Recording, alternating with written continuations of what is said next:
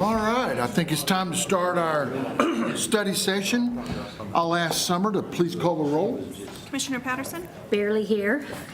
Commissioner Norwood, Here. Commissioner Baker, Here. Commissioner Stallings, Here. Commissioner Roberts, here, Commissioner Orr, here, and Mayor Mason, Here. all present. Item number 2, at the Commissioner's request, discuss any item of concern on the regular session agenda. I do have, and I don't know if it's appropriate to bring it up now or during that regular session, but will we at some point tell the voters how we're going to fund what we're voting on tonight? I'd be happy to talk about how I think we're going to do it, but do we have the exact answer tonight? No. Okay. I've But just this had a isn't lot of, unlike the Call Lake project, the Ames Waterline project, really big projects that cost a lot of money. We have to be creative and reach out and get other people's money, and we're doing that very successfully. But I'm happy to. okay, I've just had a lot of questions about that, and That's important. Yeah. You bet. And I know, Kevin, you will pick that up and make sure it's in the story, so we will help answer the public. And we will satisfy those inquiring minds on how we're going to do it. thank you. That's all I had. All right, item number 3, 3.1, legislative update. Mr. Rogo? Mr. Rogo doesn't know it yet, but he's part of the solution too, because he's our guy that goes and lobbies the state legislature. So we will Try, we'll try. All right, session's getting ready to start. I got 20 minutes, does that work? Sure. Okay, all right. The font Go ahead and changed. start with how much money you're bringing into us. Yeah, let me just thank you in advance. $1 million, or whatever you said. Give us a number. $1 million. All right, session is starting a week from Monday. It's coming around quick. And they just finished their bill filing deadline on January 16th, and 3,100 bills were filed for this year. Just kind of gave a historical perspective there. 3,000 a couple years ago, and then last year 2,000. I really thought it'd be 2,500 this year, but they exceeded their expectations. I kind of wanted to, and you've seen some of these slides. I did a presentation for the Regional Development Alliance. I have a few of the same stuff in here, but I'll talk about the state of the state with regard to revenue, and also going to talk about some municipal issues, economic development issues that are popping up at the Capitol. The state treasurer does a report every month on revenue that comes into the state. And this one was, in particular, was really great to look at because it was a 12-month history, calendar year of revenue.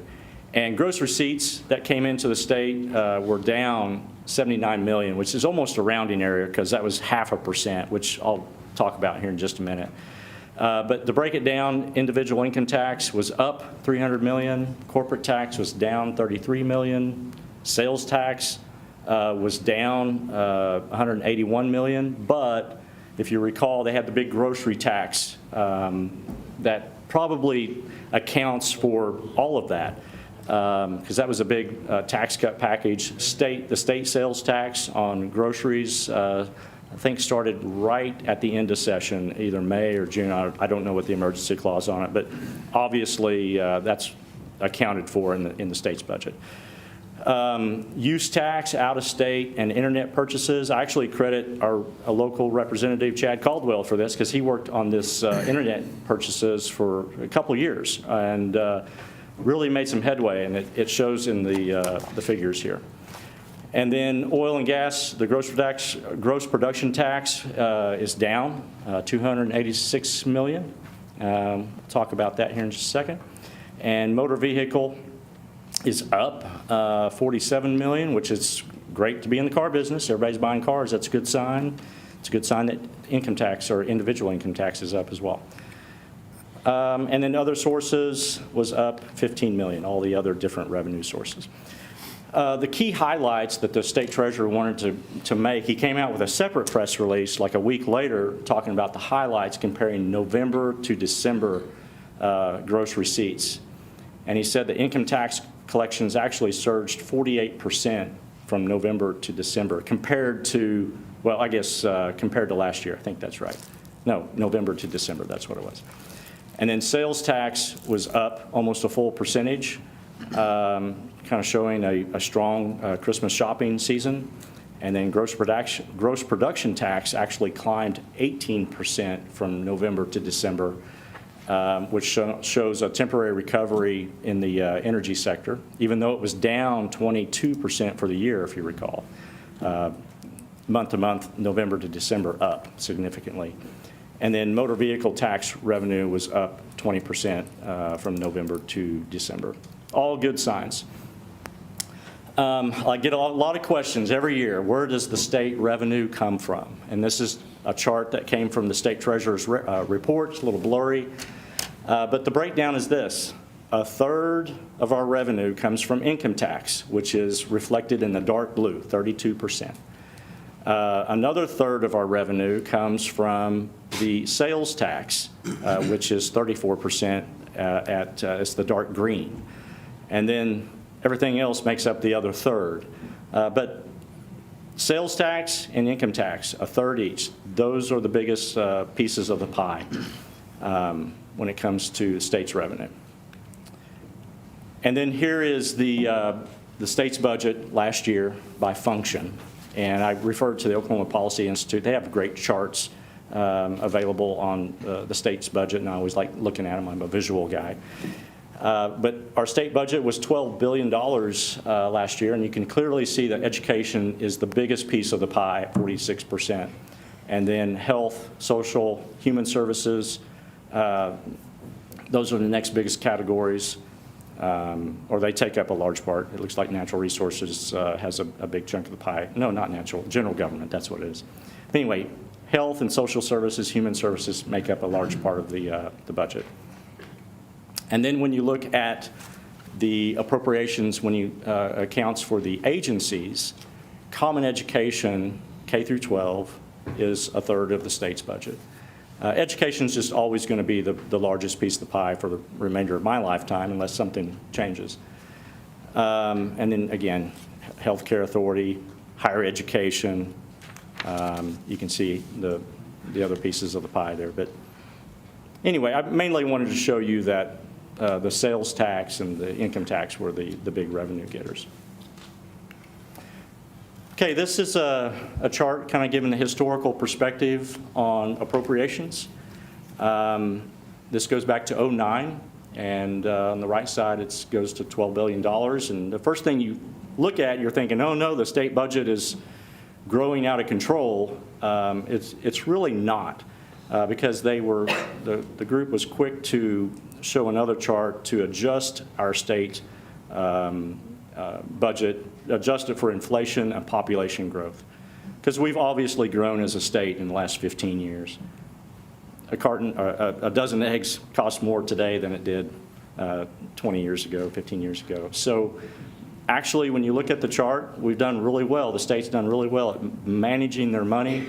You can tell that during the teens, kind of on the right side is kind of a low spot. That's when we had a lot of shortfalls, terrible shortfalls at the state capitol, billion-dollar shortfalls. Nobody wants to go through that again. It lasted for 5+ years. So I spent a lot of time looking at this. And this is going to be talked about more and more in the next 2 years. And this is the state's savings account. It's always been known as the rainy day account, which started during the Bellman administration. And it's always been a great tool for state government to put a little money in savings, and when you have a shortfall, draw from it. It's not a bad practice. But after they went through those budget shortfalls in the teens, and they did a big revenue raising tax increase in the late teens for education, I knew there was going to be a surplus of revenue, and sure enough, there has been.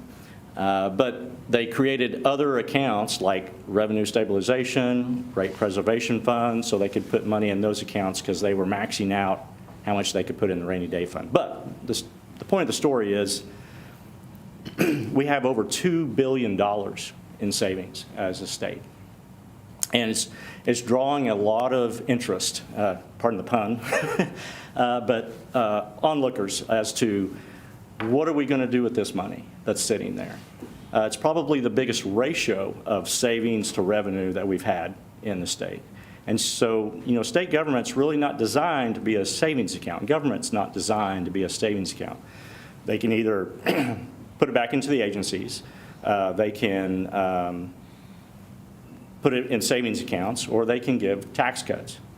And tax cuts are going to be a growing topic the next 2 years. I've been researching bills the last week, and there's tons of tax cut measures, and even a larger trend of the granddaddy of them all, and that is the elimination of the income tax.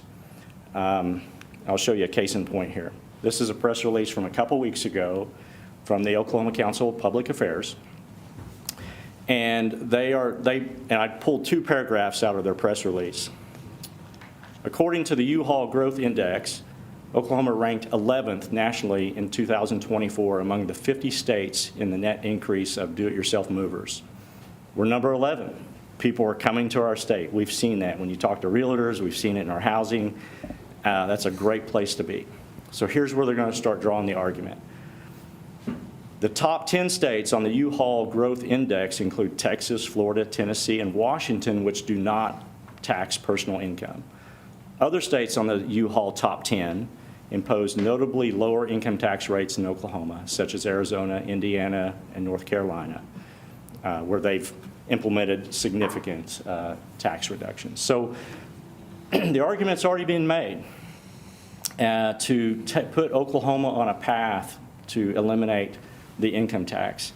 But I revert back to the earlier pie chart. You still have to fund a third of the government if you eliminate that forever. And your savings account can't do it forever. So, Kurt, something that also needs, and I'm sure will be taken into account. Yeah. Because we all have people that live in Texas. You're Yeah. right, they don't have an Right. income tax. But you know what? They pay a lot more in property tax. They sure do. Way more. Yeah. Way more. Right. And so that message needs to be told too. And then I know and you're going to be synced up closely with Mike Fina and OML, and you know that cities in Oklahoma only have one source, unlike the diversified map you have there in the state. We Right. have one. And so if the state wants to do away with the income tax and live off sales tax, they Right. could just look at the challenges we Yeah. have. Yeah. They probably don't want to do that, but well, and that, knowing you're our you know, guy that gets stuff done for us, that- I want to make sure you make sure the truth is told before they make decisions. Because Right. you've been around, but you were a legislator when there's deficits. Yeah. And we have laws in place now that if you reduce or eliminate taxes, it's very hard to add them back, right? Right. So they should be thinking about that, but I know It's- people want less, so do I. But I know those same people want the roads fixed, they want the bridges fixed, they want programs, and it takes money. I spoke to all the economic developers across the state last week and shared this with them and let them know that our number one economic development tool that we use is quality jobs. Quality jobs takes a part of the income tax from the jobs that are created. If there's a big job expansion at a company, they take the income tax of those employees and are able to do some gap financing with the company and get them to grow, But if you take away the income tax altogether, you don't have that economic development tool. So I'm not trying to advocate for it or against it. I'm just saying that if we go down this path, it creates other issues we got to deal with. On the municipal side, it will start to put pressure on municipalities being able to do projects locally with sales tax, because all of a sudden the state might increase theirs down the road. So anyway, it's just food for thought, things to think about down the road. Okay, For real, us to be talking to our legislators about so they make informed decisions. right, Particularly in Enid. Yeah. A city of Yeah. 52,000 people, you know, seven commissioners and mayors, all kinds of city staff. yeah. We need to get the whole message out. Oh, yeah. There are 9 states that have no income tax, and there's probably a dozen or more on a path to eliminate their income tax. So it's a little bit of a, it's a race. And, you know, there's legislatures that really do want to push that. So we just have to be, we just have to know where the puck's going to be down the road and Yeah, be I able just to say one direct other it. thing, because I tell you what, Scott, Mike Fina did a good job updating us today. And it's wonderful that people are coming to Oklahoma. Yeah, It's wonderful to have that growth. You know what that's going to create? Pressure on the state and cities, more infrastructure, roads, Right. housing, water lines. How are we going to pay for that? yeah, yeah. So it's a challenging situation, but we work for the city, and you're actually All working right, for us in yeah, the city, well, so well- we need more money. We need more money. All right, one other issue, just to kind of, I think it's important, let's talk about transmission just a little bit, because it was a hot item in the last 2 months with transmission issues. This all started actually with the Energy Policy Act in 2005 under the Bush administration to allow DOE to study transmission issues all across the United States and look at where there might be some deficiencies. And then every 3 years, they come out with a new report. Well, the latest report, and they call them, if you're in this, if you have an area that is, has constraints, it's a National Interest Electric Transmission Corridor that they want to create. NITSE is the acronym that sometimes you'll hear. Last spring, they came out with this map, the federal government, or DOE did. And you can clearly see that Enid is right in that path, and they called it the Delta Plains. And they said, hey, you have some transmission issues there. And the good news is we've known about this for 20 years. Clean Line, if you remember, Clean Line was going to build a transmission line through this area. It didn't quite happen. They had some problems in Arkansas. PSO was trying to do it a few years ago, and there's been others as well. But the bad side of the coin on this was that no one wants the federal government in charge of transmission build-out. You're going to have government regulations, federal regulations. That's going to increase the cost of transmission. You're going to pass that on to the ratepayer. Nobody wants that increased cost on the consumer when the federal government is in charge. So just kind of fast forward, our response from Oklahoma was the Speaker of the House filed a resolution that he'll probably go ahead and hear it, but declaring that the House and Senate would take immediate action to prevent them establishing an energy corridor through Oklahoma. Didn't want the federal government involved. Governor Stitt tweeted about it a couple weeks ago that we killed the Delta Plains corridor. Any overreach that jeopardizes our private property rights is a non-starter. They just want the federal government out. I just want to clarify that as you see other transmission projects in the area, they are not part of the National Transmission Corridor. I know that Invenergy is working on one. They're doing it the right way, trying to go from kitchen table to kitchen table, landowner to landowner, and having conversations about how they can work together. So anyway, just general knowledge, because this transmission issue is growing in the state. I'm seeing more and more legislators getting involved in electricity issues at the Capitol. Okay. Hey, Kurt, can I Yeah. stop you for just a second Yeah. on that topic? In the last 2 days, I've had 3 different economic development projects that we're being told OG&E cannot support because they do not have enough electrical supply. Really? Is that partly because we don't have these corridors? It has nothing to do with the corridors. It's just there's more and more demand on the grid and demand on electricity. And they're trying to get these corridors, like they're basically trying to take some wind energy and gas generation from the Panhandle, because it's rich in wind and it's rich in gas, and push that to Tulsa. There's a big interchange in Tulsa, and then be able to push it on to other regional trade or regional transmission organizations. So it's just powering the grid. I mean, Because that's going to be something we're going to have a conversation about if our power supplier is affecting our economic growth here in Enid. Yeah. And So, I'm not sure what that looks like, but Yeah. we can't just go, well, okay.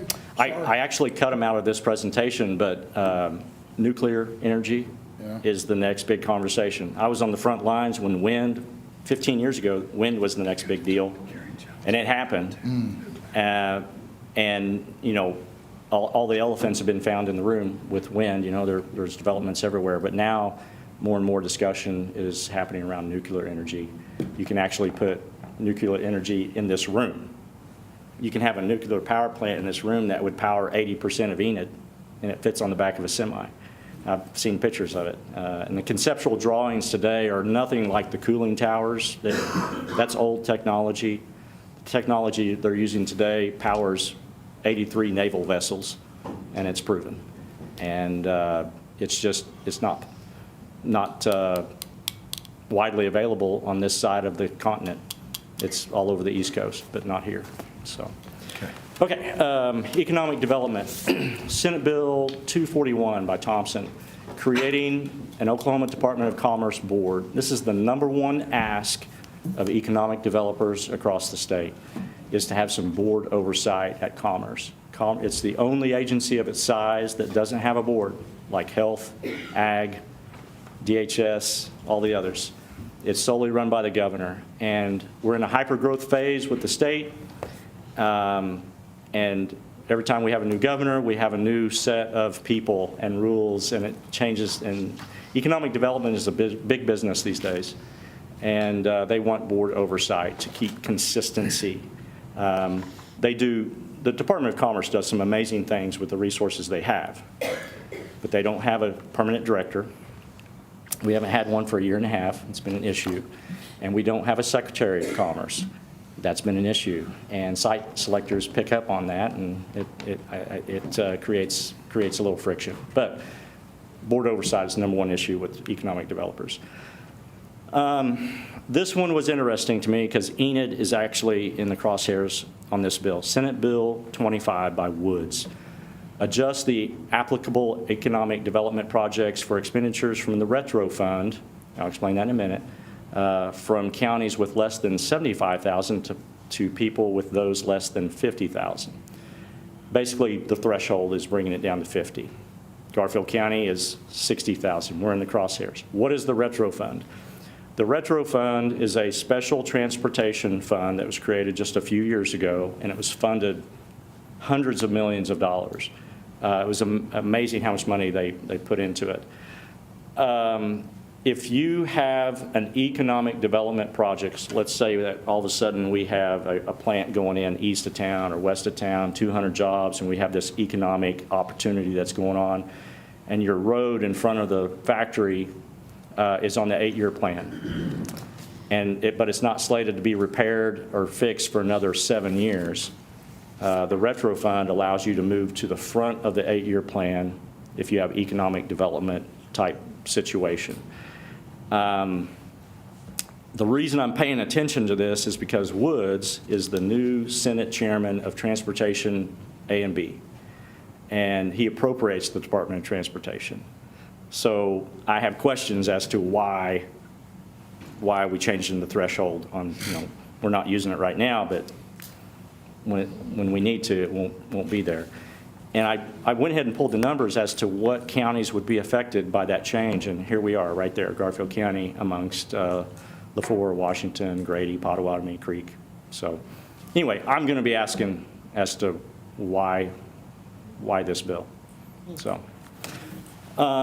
water, Senate Bill 133 by Burns, Southeast Oklahoma Senator. places a moratorium on any groundwater use permits by Water Resource Board except for domestic use, prohibits any such permits until hydrological study determining maximum annual yield is conducted. Don't know how far that'd go, but that's your area. Obviously, we're very dependent on groundwater. Just wanted to put that on the list. And then Senate Bill 914 by Howard, credible author. Basically, and this is a perennial issue, the Oklahoma Water Resources Board shall designate geographical areas to be known as regional water districts. It didn't make it on the complete slide, but creating water plans regionally across the state. We've already done our water plan here. It was a tremendous success. That's why we have the Call Lake project and all that. It has always gotten pushback because nobody wants the state in charge of regional water plans, which that bill does. But it comes up every few years. It's amazing. Firearms, no shortage of issues revolving around firearms in the municipalities. House Bill 1095 allows municipalities to authorize employees to carry concealed firearms during the conduct of their duties into certain municipal buildings. I'm sure there's more to it when you read the bill. House Bill 2819 by Stagel, firearms authorizing the carry of firearms on certain designated property. Municipalities have the ability in statute, I kind of pulled it up in the bill, and it looks like they can say yay or nay to certain areas of the city where firearms aren't allowed, but actually this one is promoting open carry in those areas that cities don't want firearms. And then Senate Bill 462 permits municipal police officers retiring under the police pension and retirement system to request and keep their municipal issue firearms. So there's others, these are of interest. Municipal elections, this is just a sample. This is becoming more and more of an issue at the Capitol in the last 5 years. Basically and it's underlined because I pulled that language from the bill. New language is always underlined in legislation. Basically what that says, if you have a municipal bond election, you can only have the election on Super Tuesday of a November, and not on a special election date on a Tuesday in April or March. Why? Who's pushing that? That doesn't sound like something that OML or the city of Enid's going to like. Right, no, OML's not pushing this, but what they're trying to do is to get all elections on the same day. School, municipal, state, county elections, and put them all on the same ballot. I think it's a terrible idea because when you go to the election in November, you're going to have a dozen pages of stuff to go through, and they think there's just going to be more people to vote, and I think the lines will be so long it'd be miserable. But again, it's preemptive, trying to get cities to fall in line with what the state wants them to do. Medical marijuana, no shortage here. I counted up 34 medical marijuana bills. I thought this one was interesting, authorizing counties and municipalities to levy a tax on marijuana. There's your money, if you want it. Okay. I don't know if this would go very far, quite honestly, but obviously it's kind of in the same category as taxing tobacco. That's kind of what it comes down to. Maybe we want that one, I don't know. Yeah. Do we make a lot of money off marijuana? No. Yeah. No, because it's all cash. I mean, let's just be fair, right? This one increases the distance between medical marijuana dispensaries from schools from 1,000 to 3,000 feet. I pay attention to this one because Paxton is the new Senate pro tem of the Senate. He is in charge of the Senate. So whatever he pushes out there, it's probably going to pass easily. And it probably needs to be 3,000 feet. I don't know. He must have some issues back home. All right. Two bills. This just kind of wraps it up here. OML does have a request list, and I'll get that to you on Monday. I talked to Leslie, who's the lobbyist for OML, and she had been reading bills over the weekend and sorting through those 3,100 bills and probably putting a new list together, but I'll make sure the most recent one is on my newsletter I send to you every Monday. We like this one, I can tell you. Yes, Al likes it. yeah. So because this is a the only really, source of tax we get, yeah, this isn't taxed. yeah, And yeah. so This there's a is- simple way to help cities. Yeah, this is an interesting loophole that we talked about it at an OML meeting last spring, but it wasn't in the form of legislation. They thought they could just work through it. Closes a loophole to treat car wash memberships like other memberships, such as fees for use of a health club, country club, or any other membership you can charge a municipal tax on. But these car washes, how they've escaped it, I don't know. We have, I think, 3 of them in this category in I Enid. think we have a lot. Yeah. I think we are, It's a growing trend. it's a good place to have car washes Yeah, and it's other things. interesting, and they're just trying to close that loophole because they charge a membership, a monthly membership, to run your car through there as many times as possible, and they're not charged a city sales tax. So it's a growing trend. They just want to get a hold of it. Call it the car wash bill. Would have been funny had it been House Bill 1492, but it was 82. Columbus sailed the ocean blue.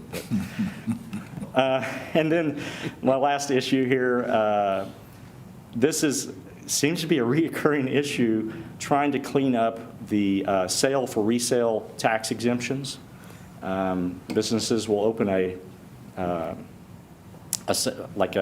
get that sales tax exemption, they have a new business opportunity, and that card lasts for 3 years. But the business would fail maybe in the first 6 months, and then they get to, personally use that card to get their sales tax exemptions, and it's just a fraud item. This issue's been worked on for years. We have 2 very credible authors, 2 bills. We'll see what happens this year.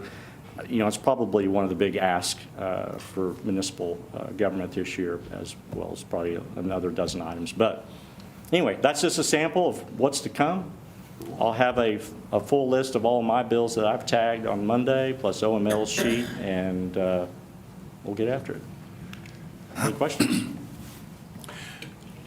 I do have a request, if that's okay, Kurt. We had a meeting with 6 agencies. The biggest one, of course, that we're concerned about is the Enid Police Department. Yeah.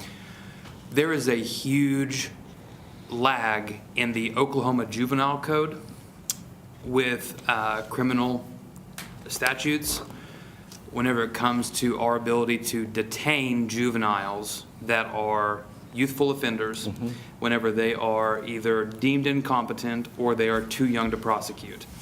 And I want to work on, and I'll also see Speaker Hilbert on your presentation. I'll get hold of him, but if you are able to start making a sound in the state that we've got to take a look at that, because I know it can't just be the Enid Police Department that's struggling with having these youthful offenders be arrested and then immediately released because the state code does not allow us to detain them. So if you can help spread the word that we've Okay. got to get that looked at. Yeah. I don't have a good answer for you. This is not a city fight in that we don't prosecute these individuals, but we do certainly have the largest law enforcement agency in the county who is suffering the consequences of a outdated juvenile code. Okay, noted. There's, always a couple legislators who are former assistant DAs. They're scattered about the Capitol, and so that's an issue that we could definitely take a look at down the road. We'd appreciate it. Yeah. Kurt, I would also say that last year you'd set up a meeting or 2 with us, Yeah. with our commission and our state legislators to go over some of these topics. Yeah. It was a little late in the session. They were still voting on a few things, but we'd like to get that set up sooner than later. Okay. I think it's important that our legislators remember that out of 60,000 people in the county, Enid makes up 53,000 of that. Yeah. So our voice counts. And we want to make sure that they're seeing things the same way we are. Yeah. Yeah, definitely. We'll try to get something set up on a Friday in probably the month of February. Perfect. And that's Perfect. ample time to discuss a lot of issues. We'll know what cream is rising to the top by then. Yep, very good. All right. Thank you. Any other comments? The only quick thing is, I'm a little disappointed. That was very thorough, but I heard nothing more on your burgeoning film career. What's next after Reagan? Well, I put that, I took that out of this presentation. But one of my predictions for economic development, EDRA, was film is making a huge presence in the state. Millions. It went from literally $500,000 10 years ago being spent into the state to over $100 million. And anyway, did a little background work in Reagan. You might have saw me as a Russian, and I got another one coming out. It was post-COVID. I haven't done any background stuff, but it's a lot of fun. Anybody can do it. I can do it. All the other cavemen can. So. Thank All right. you. Thanks. Item 3.2, quarterly VDA update from Mr. Cooper. Good evening, Mayor, Commissioners, Colonel Throckmorton. Good to see everybody. I know we saw some of you today at VDA. It's always a pleasure here to come and talk about some of the key items we're working on. And Frank, it's good to see you back on the commission. It's like Return of the Jedi or whatever, I don't know, but we look forward to working with you again. But a couple of things before I get started, and again, this for you, Frank, is that as you recall, what my job is to work on things that protect and enhance Vance Air Force Base, but at the same time help Enid, Oklahoma. So as you remember, we kind of treat it like an economic development effort, in that we have to have necessary infrastructure, great quality of life, and all those things. So we work on all the things that are important to military value for the base. Hopefully we help them increase mission capability. And then, of course, the quality of life things that impact them impact us as well for the community. So anything we do in those areas do that. So you'll always hear me, those are the things we talk about. Just to start this off, we'll put this up here. So quality of life, military value, infrastructure. One of the most important things, Frank, if you recall the day, our number one military value asset is airspace, and it's what we do to protect that airspace, because we have the best airspace of any of the training bases that are there.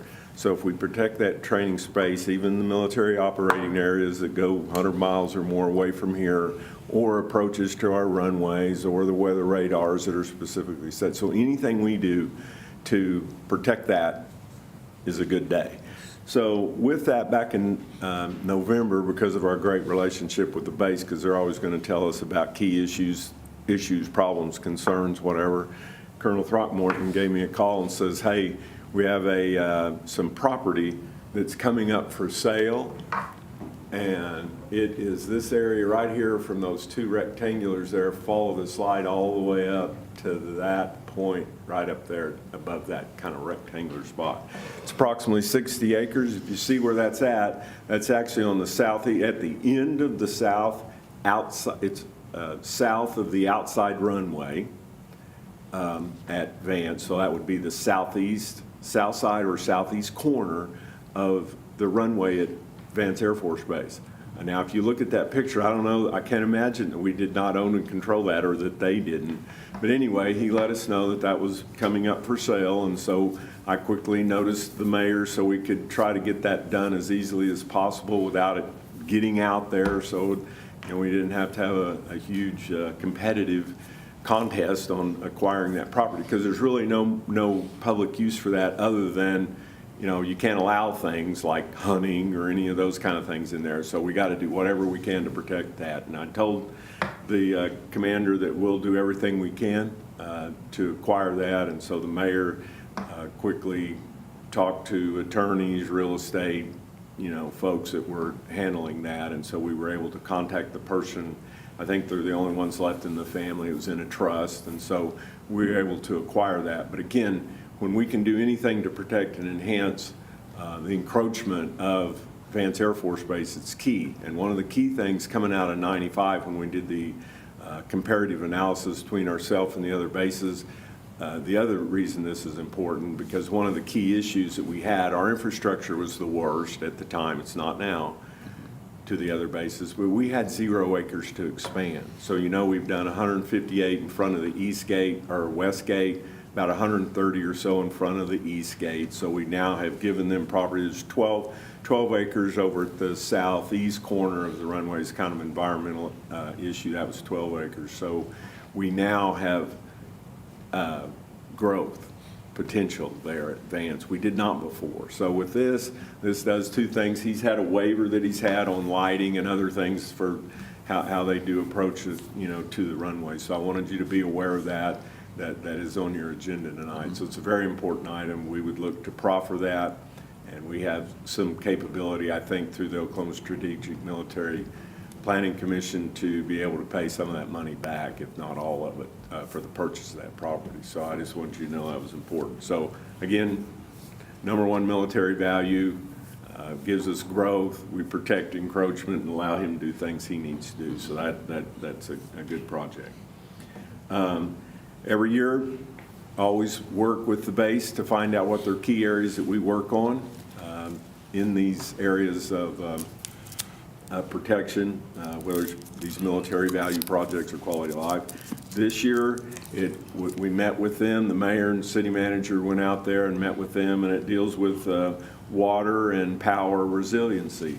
They spent dollars to replace all the old galvanized pipes on base, added a new water tower. However, after they get all of that complete, they still don't have good water coming to their base, and it's because of the old water line we have from our tower at Meadow Lake Park to the base. So we're going to work to figure out a way to do that. I know you all have had meetings with some legislators, maybe some assistance we'll see through that from the state to do that project. The second project was power resiliency. Now, it's not a backup alternative power solution, but it is a solution that helps. It ties the 4th Street power substation, and not a power guy, not an electric guy. Substation on the east side ties it with the substation on the west side and Vance. Now, you'll have to bring a power line into Vance Air Force Base, but once you do this and put the equipment on, there's a lot of equipment that has to be done to be able to do that type of switching and do that. What that does, if the 4th Street substation is destroyed, then we can work them from the west and Vance's substation, vice versa. If the other one's eliminated, you can work them. And it isn't just for Vance, this impacts the city. So if we, once we get this tied together and a solution done for that, we know it's probably, we had a meeting yesterday, and they're going to come back with us for some new solution on that. It's probably in the 8 to 15 million, somewhere in there. And we'll more than likely use that project, try to apply for dollars through Defense Community Infrastructure Program, only because we think we have another way to get dollars for water. So that you'll see us working on those things. The other issue that we've been working on, you keep hearing about, it's Eisenhower School. We had a meeting day before yesterday. We are in the portal. The initial thing on that is to get 1.2 million to do the initial engineering design on that.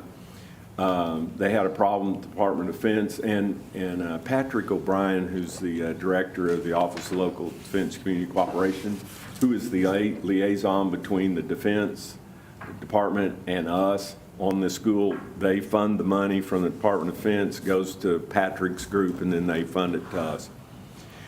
Well, in the description of it, it had in there that they would support, a school over 300. They wanted more documentation. Well, what is the size? Is it 301? Is it 399? What is it? So anyway, it's 350. They've come down on that solution. That will increase the size of that, and it gives you potential for growth in the future. And there's some other things that the school's going to do there, but so that's got to be all redone in the system, and we'll eventually, I'm sure sometime early this quarter, we're going to get the dollars to do the engineering design. And again, you've heard me say about 9 months to do the engineering design, and then we'll start the construction of that. But a 350 student size school, new gym, safe room, all of that for all the people, it's going to be a great improvement to the base and to Enid. So that's a great project. And it's, again, 80% funded. The next item I'm going to go to is the Military Planning Commission, and we had told them that we would come up to help them with their 20% match, the public schools, that we'd come up with $1 million. Well, today we approved another $210,000 at the Military Planning Commission, so that brings our total up to $750,000 that we've given them to assist with that. The school already knows that they're going to support that and pay that off. They've worked with the banks here, and they've got a solution to do that, because they're not going to leave 80% money on the table. So that's getting ready to really happen, so that's a good thing. So, and there is potential. I know in your all's meetings the other day, you also know we may get some money through that, which I'm sure that our school superintendent, Mr. Darrow, won't turn his back on that money either, if it's available. And again, that we never know about that. But again, the Military Planning Commission today, as I said, $210,000 for the school, $70,000 for a backup generator solution out at Woodring Airport, which we've needed that forever. You just never had the money available to do that. So we'll now be able to do that. I spoke with Keston this afternoon, so that's well on its way to happening. So that's another good project, I think. So Mike, long-term. I understood you to say that was approved this It afternoon? was approved this afternoon. Okay, Yeah. good. So both of those are done. And again, Frank, as you know, if you go to Woodring Airport, we've been working a long time on a lot of solutions to help them increase mission capability. The 2 joint use hangars, the improved south ramp is now replaced and done. And I know this weekend that or a week or so ago when they had snow, we were talking about it today, it was used greatly. They were able to park planes and put planes in the hangars, so that's a good thing. Mike, let me ask, as I did hear earlier today, that's wonderful news that those funds were approved. What I'd like to know is, do they have other funds available? Because we have other needs, and we're happy to send in another ask if they need help on distributing that money. On, The Strategic Military Planning Commission funds, what you talked about, the Eisenhower, the Yeah. match for the 210 and the 70. Yeah. We're just talking about They- 200,000 that we're going to work on trying to get reimbursed, and that'd be yeah. fantastic. This is dollars for this budget year. And Okay. the Military Planning Commission was approved for $1 million in this year's budget. So the way they do that is they've got, 5 communities with military bases, and including the Guard, so they divvy up that money. Sometimes some communities don't use it. Now, we are pushing to get more money for that, because there is this need to kind of bulk up some of the things that we're doing based on all the large economic impact that all of us have. So you'll see some of that coming. We won't really know. Generally, we're the ones that are ready first. And then, George, we had the discussion this afternoon, what dollars are left on the table. We certainly have needs for those, so we can actually apply those, whether it's to assist, helping you pay off this property, or is it another something that we have? So, Should we go ahead and request it now? we Or don't should need we to wait? yet. George knows that, and so they won't meet again for another couple of months. I We will have reach time. out to him. We have- I have learned kind of the hard way that, I don't even get told or asked if there's extra money. It gets Yeah, we divvied know up. So what- we know I'm what's- thinking we need to We know what's put in left. more requests and see Yeah, what happens. We know what's left in the Okay. budget for the Military Planning Commission. It's so much a year, so they either use it or they don't. And of course, we're always there to take whatever we can, so we will certainly do that. Well, if it's split 5 or 6 ways and we only have $1 million, then we got our fair share this time. So We did. And I think we'll get more, because there's a couple of bases that aren't going to use it I'm this year, confident so. we will. And I'm confident we're going to be sending another Yep. request soon. Yep, we will. So, and like I say, we've done a pretty good job of that, because right now, accrued to date, since we created the Military Planning Commission, and a lot of the dollars that we get at the state's a little different than some other states, because it is around $1 million every year. It's not always that, but sometimes it's less, but depending on the budgets. But we've acquired right at $10.5 million in money from the Military Planning Commission to go along with seed money, because a lot of times, depending on what the projects are, we get dollars from the federal side or dollars from you. So we've used the Military Planning Commission real well, so, and we'll continue to do that. Same way with OLDCC. There are a lot of funds that they now have available to help with other projects, specifically, resiliency and things like that. So you'll see us continue to work on that as well. The other thing I wanted to remind you of is the DC trip, which is that last week of March. It's March 24 to 27. Yeah, 24 through 27. I'd strongly encourage it. I know everybody doesn't always go, but I would encourage those that haven't been, particularly you, Frank, it's really important to go. It's important when we do our meetings in the Pentagon or with legislative leaders. If the city's there, they know it's important. So it's one thing for me to be there because they know I'm going to always be there.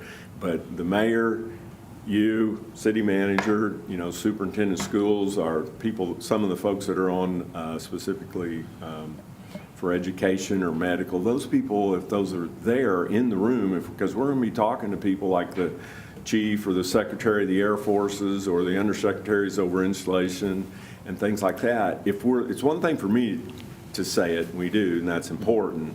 But when you travel there and you back it up and have every one of you sitting there, because they'll have questions of you, but it's really important to do, and it is a good trip, so it is eye-opening. So I'd encourage you to do that. We are limited at 10 inside the Pentagon. We try to look at, and you'd be one of them this time. Okay.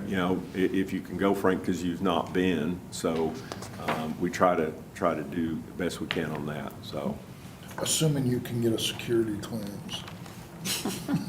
I've been a good boy for a long time. and the last thing that I have, unless you have any questions, our Milcon project, of course, is the squad ops facility we have out there. We got about 8-point-something million for that, for the engineering design. You have to do that first, and Frank, you may remember before, you have to have it at least 30% design before it can be added in what they call the FIDEP, or the 5-year plan, Okay. which allows us, our congressional delegation, to either request a congressional ad, bad word, earmark, but they can do those now, and in a very limited fashion, or the Air Force simply, because they know it's their top, one of their top 3, I think, unfunded requirements that they have for AETC. So it is important, but, so they have those dollars to do that engineering design. I think sometime this year, they'll start probably that work on that. And then after it gets to that level, and we'll see, do they either do it as a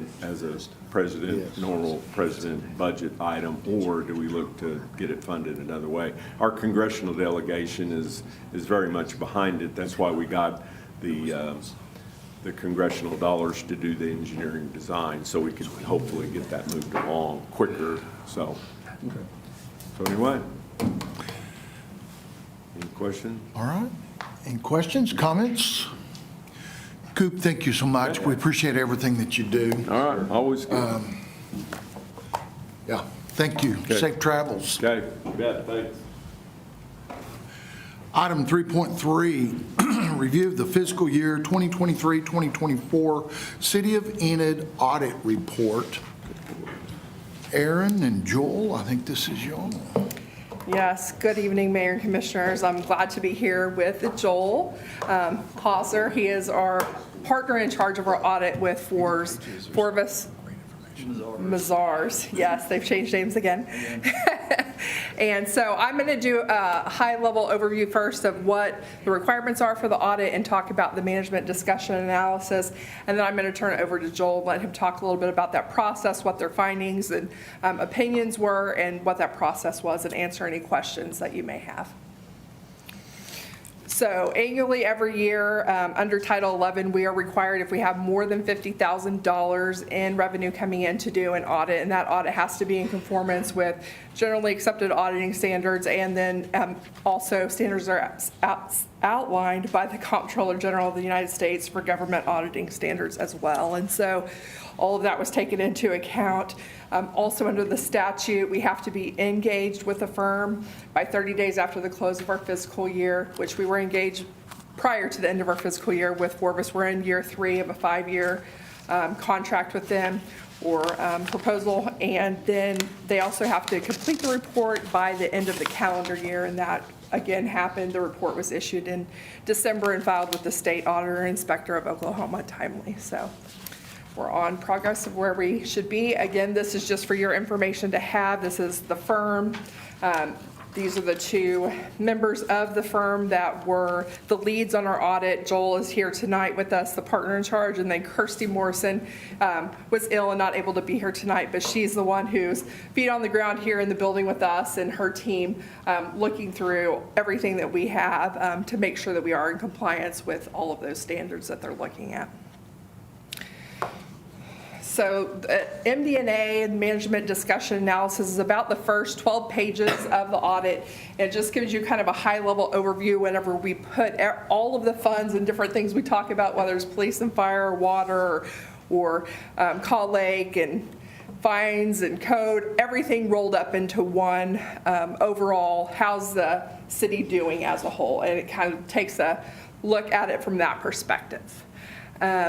One thing that one of the reports that's in there is on PDF page 11 of the report, is a statement of activities for the government as a whole. And while we can look at this year over year, I personally don't think it to be the most helpful when we're looking at operations as far as revenue and expenses. There's a lot of things that are booked in the government-wide statements that are not budgeted for. There are things like depreciation expense, things that happen with income and losses from pension and OPEB for our health plan, and some other things that kind of skew these numbers and maybe don't make them as relevant in the how are we doing day to day in the operations. So one of the things that I will do is at the next meeting, I'm going to come back and do a how are we doing on revenues, expenses year over year, and how are we doing 6 months into this year, to get into a little bit more operational.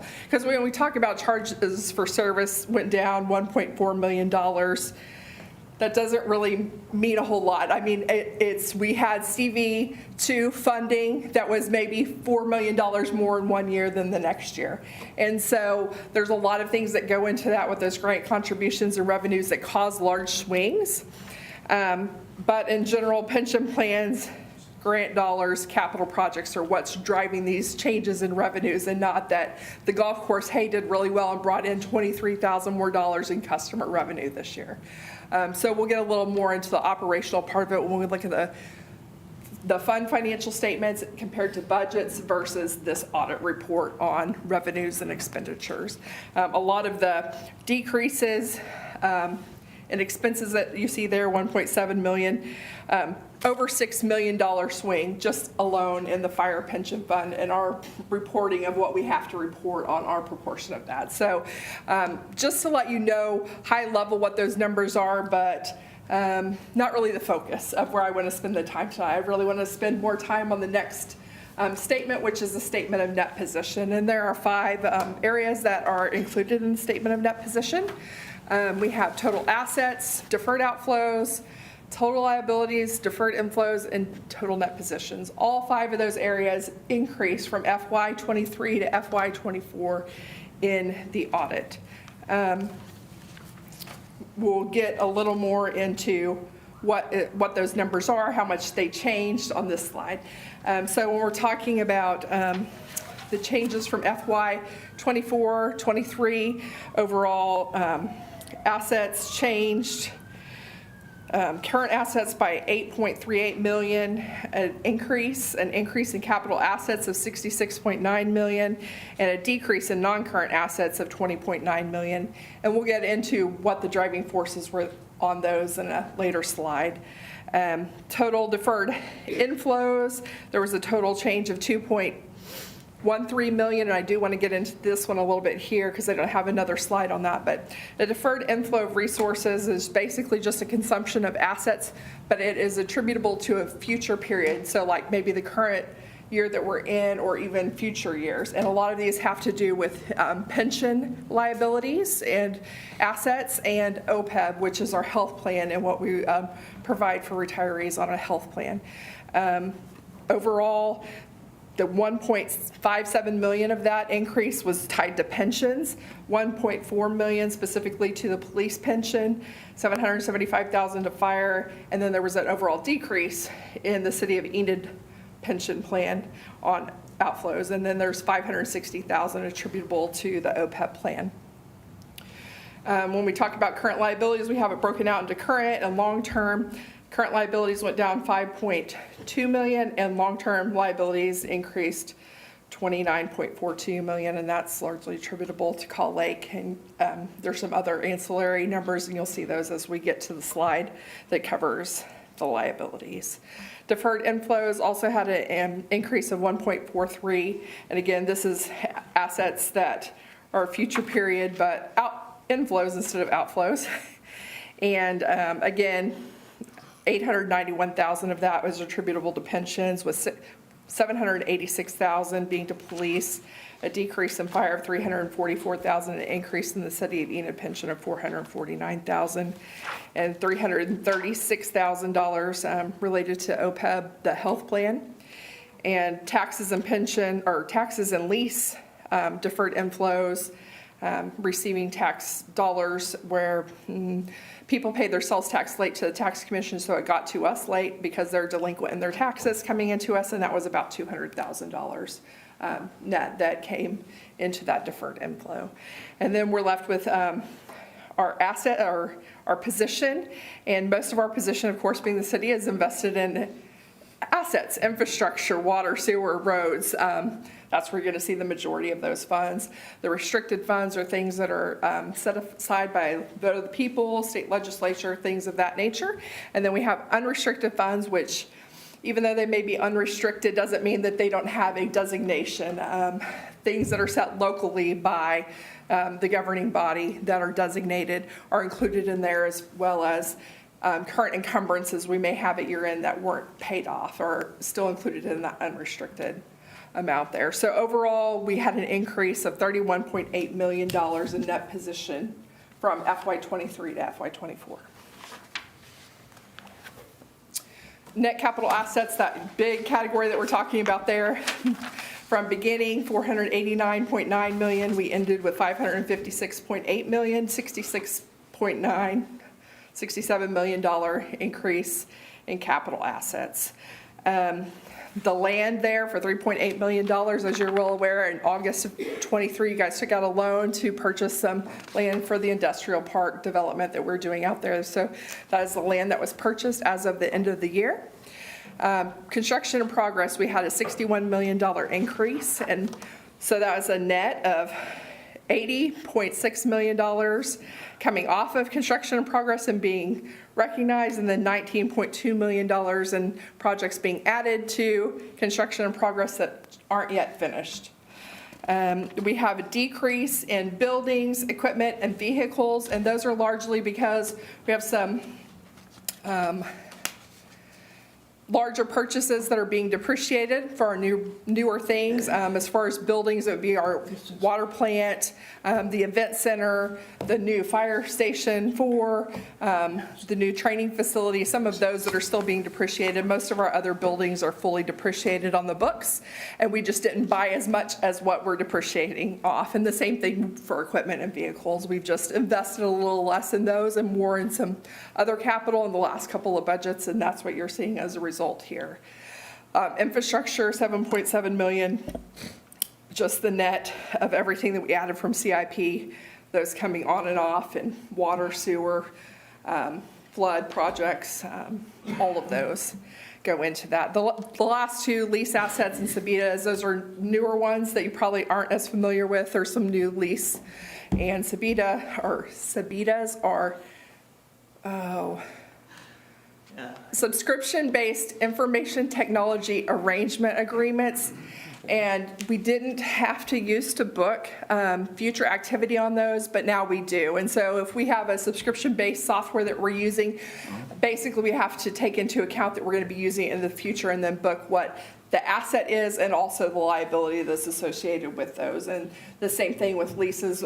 There were some changes to that standard, which also has led to the way we have to record those being a little different. So those are broken out. They used to be probably included largely in equipment if they had to be booked as a capital asset previously. Yeah, trying to capture the cloud-based systems is what that whole standard is trying to do. So a lot of the IT infrastructure is moved to the cloud, but you're required to pay for that for 4 or 5 year subscriptions, and so they're trying to capitalize that piece. So like accounting, we're usually several years behind technology, and we're trying to catch up. Okay, the other two categories of assets are current and non-current assets. Beginning balance $239 million, ending $227. So we have a decrease of $11.7 million in current assets. There were total decreases of $22.2 million, broken up between investments, restricted cash and investments, prepaid expenses, and net pension assets. Decrease in investments of $2.1 million, restricted cash and investments of 19.4, and that was all attributable to Call Lake doing some drawdowns in the project funds related to Call Lake. Prepaid expenses and just 30,000 less, and that's just timing of when we have bills coming due. And then net pension asset, the police pension is at a point where it's overfunded. It's over 100% funded. But during the year, that asset did decrease. We had over $1 million asset last year. It decreased by $700,000 this year. And so we still have an asset, but it's just a lower asset. And then we have increases of $10.5 million. So we have increase in just unrestricted cash of $7.2 million, an increase of accounts receivable of $3.3, of which $2.5 of that is associated with DSIP and other projects that are going on out at the airport. There's also some ODAA funding and other sources in there that we were waiting on as of June 30 that we've received now. And then slight $18,000 decrease increase in inventory, which could just be more fuel out at the airport on our books at June 30.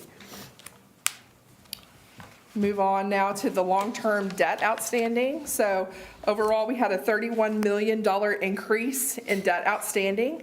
The factors that are going into a $37.8 million increase are, again, that state pension plan that I was telling you about, that it decreased.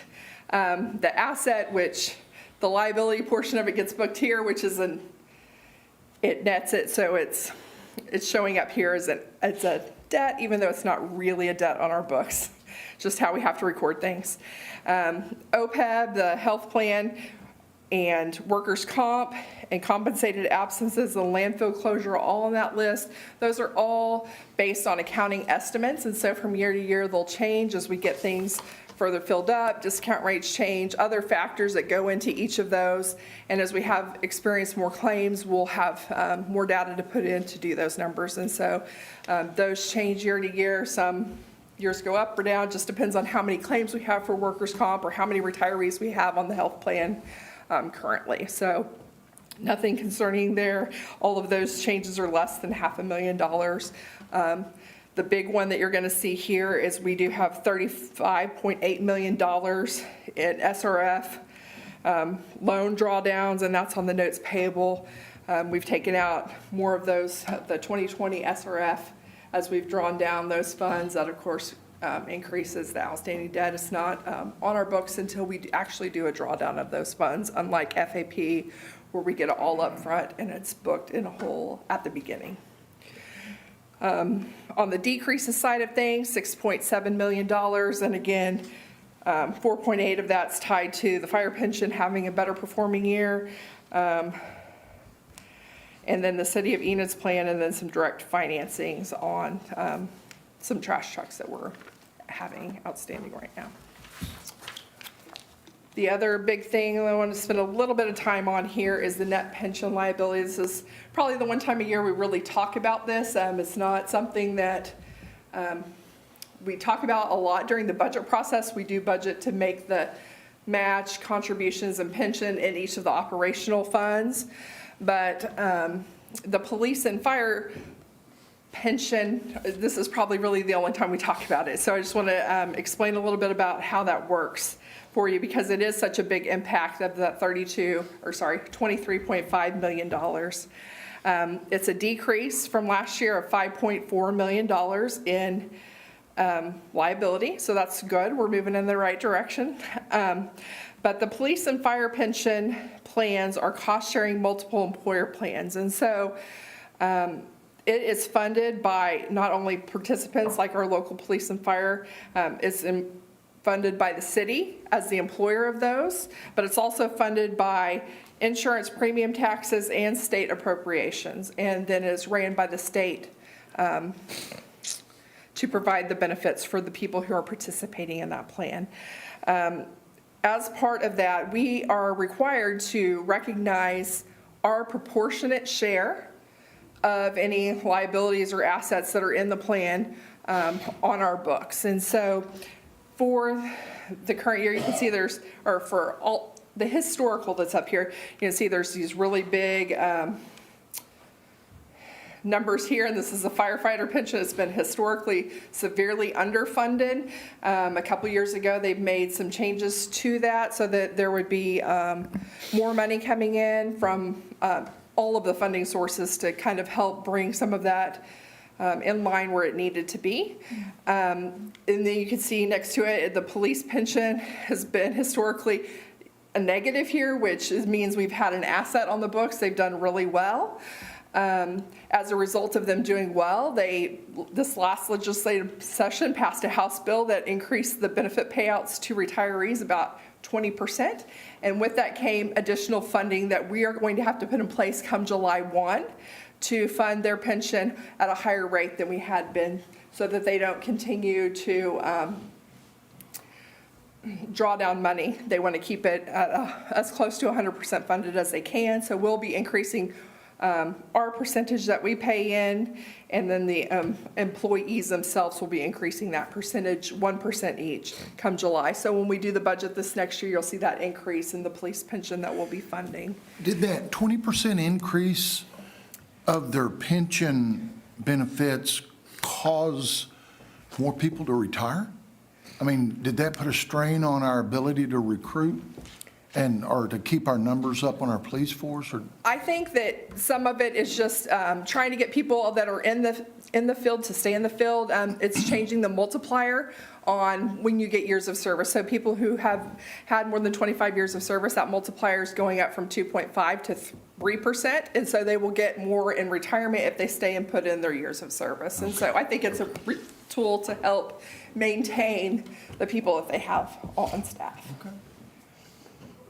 It actually doesn't take effect until July of '26, is when that increase will actually take effect.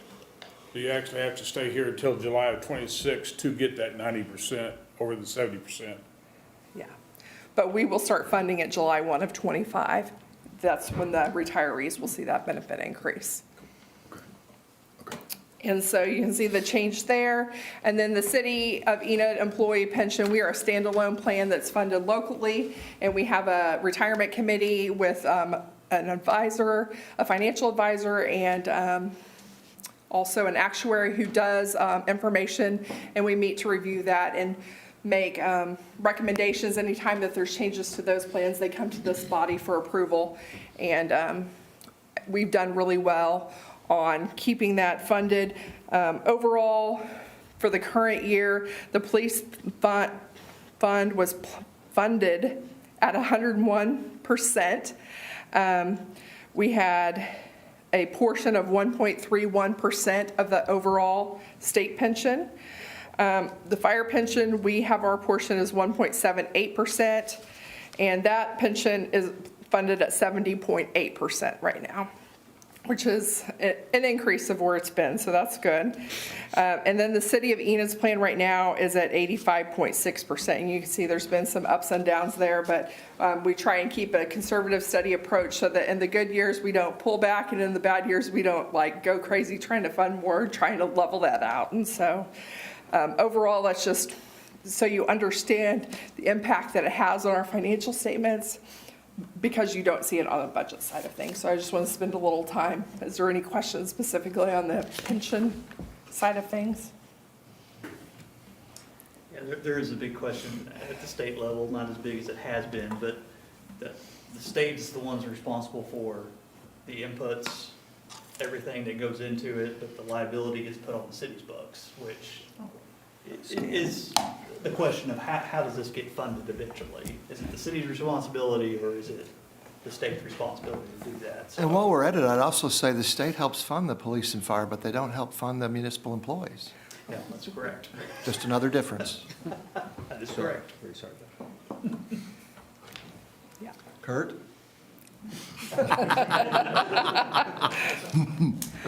All right, and then so once we get through all of that things, we get down to what's the bottom line, and that's our net position. And really what we're looking for here is not really what's the number, but really what's the trend and what's causing it to trend that way. And overall, you can see we've done a good job of keeping up with inflation and taking care of rates that we need to have in place to take care of and provide the services we need for our community. I just want to point out in FY 14-15, that is when GASB Statement 67, 68 that have to do with pensions and those cost-sharing plans, and when we had to start recognizing that revenue. So that's where that dip came in, that $20 million. And other than that, we've been heading in the correct direction. When we look at net position, there's 3 categories of what make that up. Again, in blue, you see the net capital assets, roads, streets, water, and then in the orange is restricted net position. Those are things that are designated, can't be used on anything other than what the designation is for. And then the gray, we have the unrestricted net position. They may have local restriction or maybe encumbrances, but they could be changed by a vote of this governing body in the future if you so chose to do that. You can see that gray, we've been working diligently since the beginning of Call Lake to get in a better cash position. You can see that trend has continued.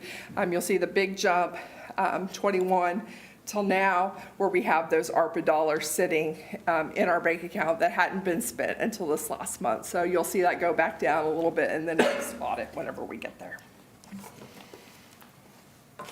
And then this is just net position broken down just year over year to talk about a couple of things.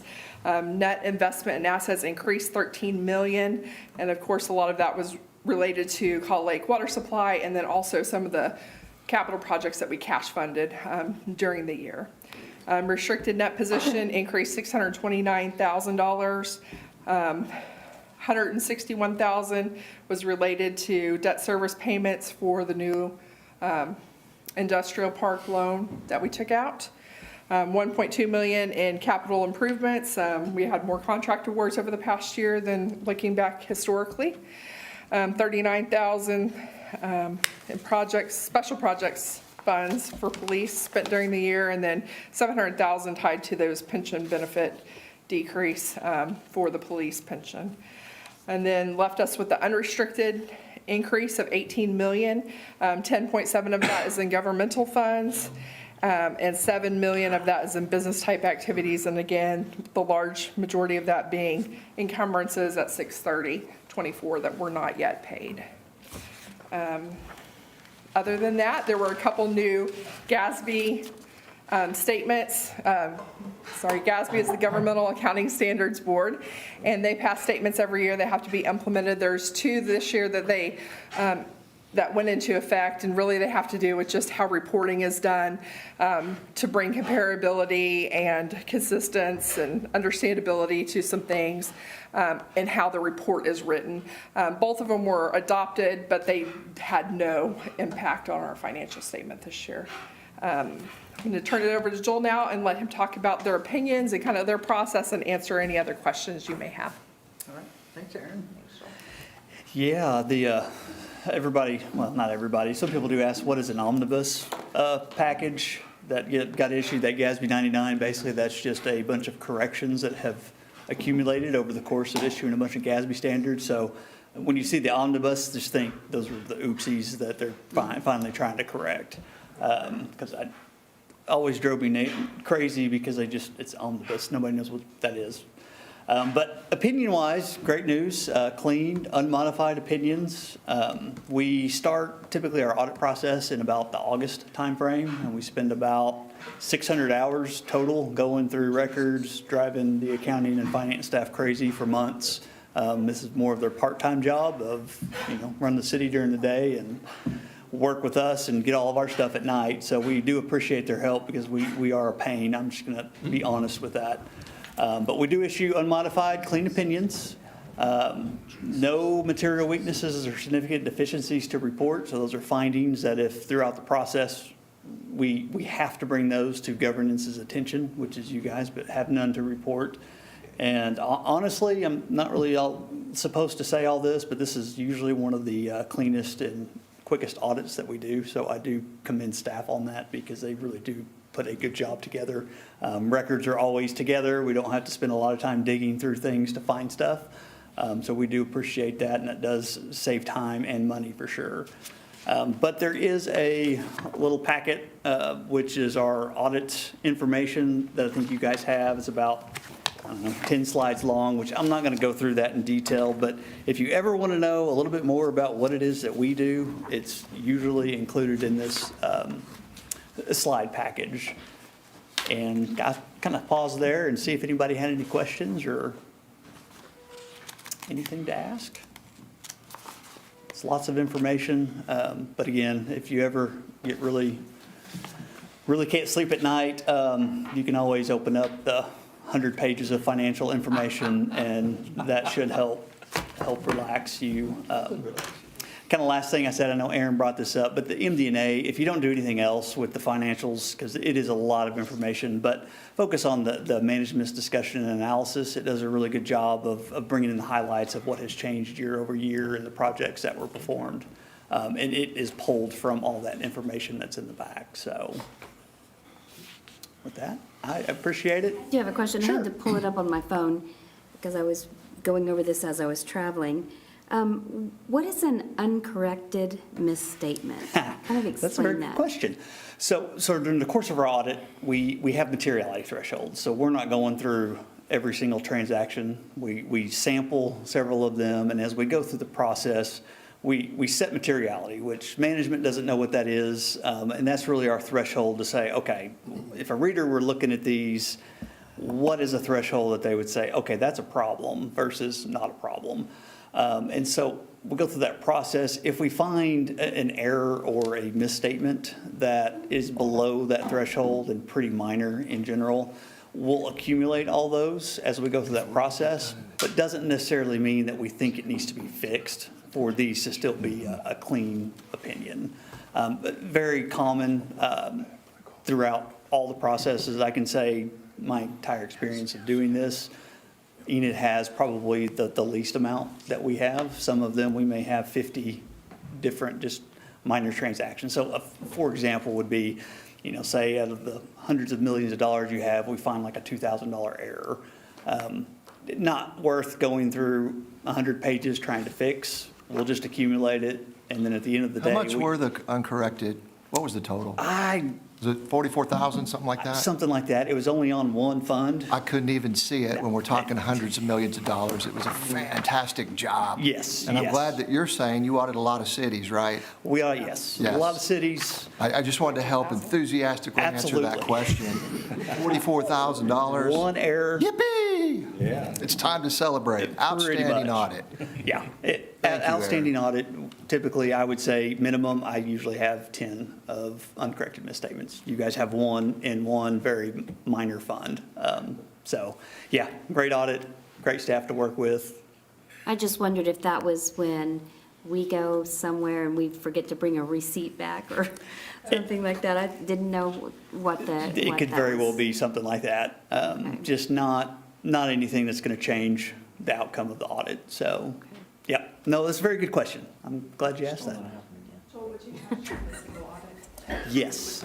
And so, real quick, we also, in conjunction of doing the audit, the federal government requires a single audit, which is basically an audit of your federal funds. So everything you get from the federal government and spend, there's a formula we have to do, and certain programs will have to get audited on kind of a rotation basis. And so we also audit for compliance with all of those regulations, or shouldn't say all of them, but a lot of those regulations.